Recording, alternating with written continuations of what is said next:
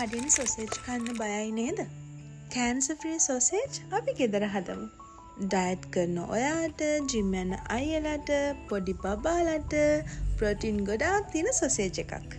බෝන්ලස් chicken gram 250ක් හොඳට හොදලා කියුබ්ස් කපා ගන්න. ඊළඟට මේ පෙන්නන විදියට අපි මේක සීසන් කරගන්න ඕනේ. ඕන කරන හැම ඉන්ග්‍රීඩියන්ට් එකක්ම පහළ ඩිස්ක්‍රිප්ෂන් එකේ ලිස්ට් කරලා තියෙනවා.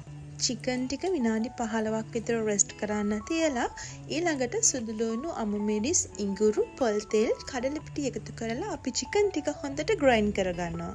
හෝම්මේඩ් සොසේජ් හදන්න ග්‍රයින්ඩ් කරගන්න පේස්ට් එක අතේ ඇලෙන ගානට තියෙන්න ඕනේ. හරියට මෙන්න මේ වගේ. සොසේජ් එක බොයිල් කරන්න තියෙන හින්දා අපි මේකට පාවිච්චි කරනවා මෙන්න මේ වගේ ෆොයිල් එකක්. ඔයා සොසේජ් එක හදන්න කැමති දිග ප්‍රමාණය අනුව ෆොයිල් එක කපා ගන්න.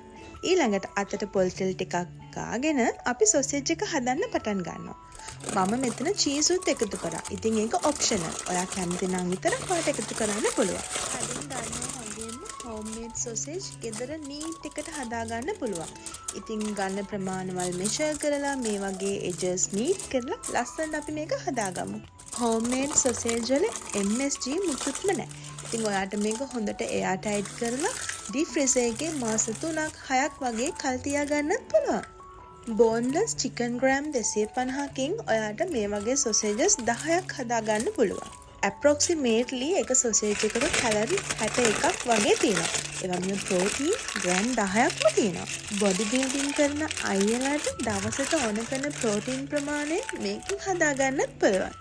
පුංචි බබාලට සොසේජස් දෙන්න අකමැති අම්මිලට මේක එයාලට හදලා දෙන්නත් පුළුවන්. ෆොයිල් වලින් රැප් කරලා මීඩියම් හීට් එකේ විනාඩි 30ක් අපි දැන් මේක තඹ ගන්නවා. අපි හදන sausage homemade sausage gravies, homemade sausage rolls, devils, fried ඕන විදියට රීමේක් කරගන්නත් පුළුවන්. ඔයා මේක හදලා බැලුවොතින් ඔයාට තේරෙන්නේ ඉන්ඩෝනීසියා වල සොසිස්. සල්සිචා එම කියන්නේ ඉටාලියන්ස්ලා.